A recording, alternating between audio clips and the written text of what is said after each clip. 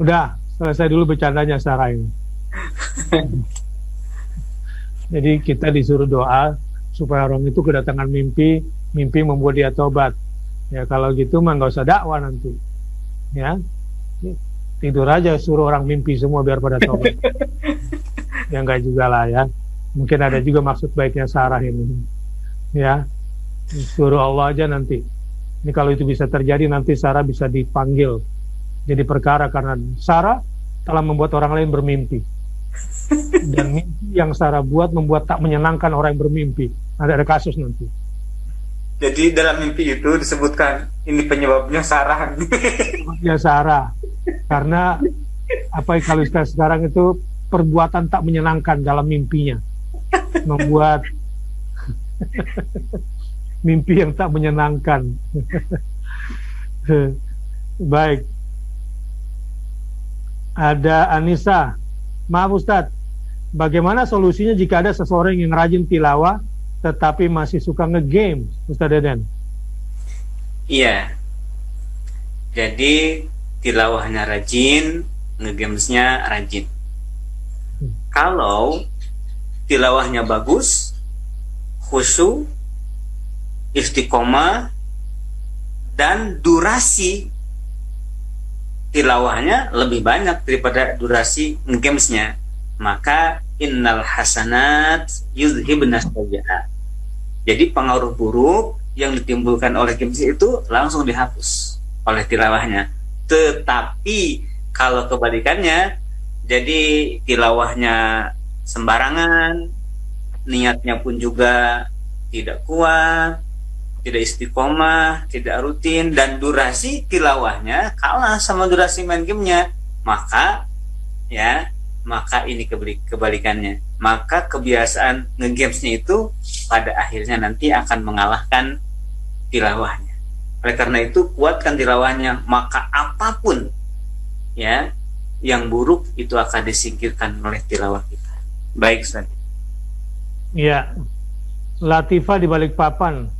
Setelah menyimak mengenai ubun-ubun ini, Masya Allah, saya berkesimpulan bahwa tidak ada salahnya jika kita membacakan Al-Fatihah untuk anak saya, lalu meniupkan di ubun-ubunnya, dengan harapan anak tersebut menjadi ahli sujud.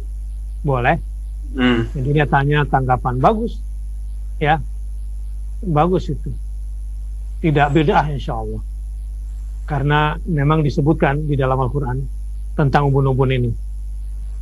Rina, atau Ustaz Deden ingin tambahkan? Cukup, Ustaz. Cukup ya.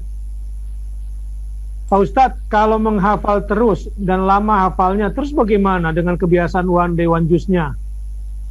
Bagaimana baiknya Pak Ustadz? Kejar hatam atau menghafalnya? Matur nuwun, Ustaz Deden. Ya, one day one juice kan bagus ya, dan pasti terkejar. Karena dalam 24 jam itu untuk membaca satu juz, apalagi sudah terbiasa mengikutinya, sudah bukan sebulan 2 bulan, tetapi 1 tahun bahkan lebih misalnya, maka satu juz itu menjadi ringan untuk membacanya. Kalau kemudian kita menghafal dan memang niatnya menghafal, maka jangan khawatir dengan jumlah bacaan. Begini contohnya, membaca satu juz itu, kalau ditulis satu juz itu dengan mushaf yang digunakan biasanya menghafal itu 10 lembar. Nah sekarang kita mengulang-ulang satu halaman sebanyak 20 kali. Ya, mengulang satu halaman sebanyak 20 kali, maka itu pahalanya setara dengan satu juz. Itu juga one day one juz juga pada akhirnya.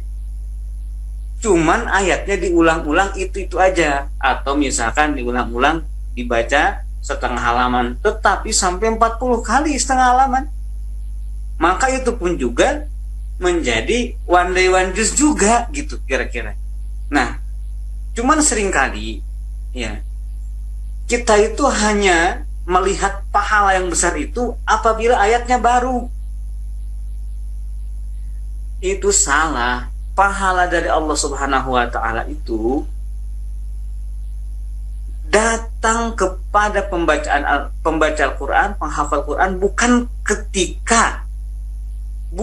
ketika dapat hafalan baru, bukan ketika membaca halaman yang baru, tetapi ketika hatinya makin ikhlas dan jauh dari nafsu. Biasanya seseorang itu lebih semangat menambah tilawahnya atau menambah hafalannya itu karena ada nafsunya di situ, ada syahwatnya di situ, ada hawa nafsunya, dan ada senangnya juga gitu. Bisa jadi justru itu pahalanya kecil.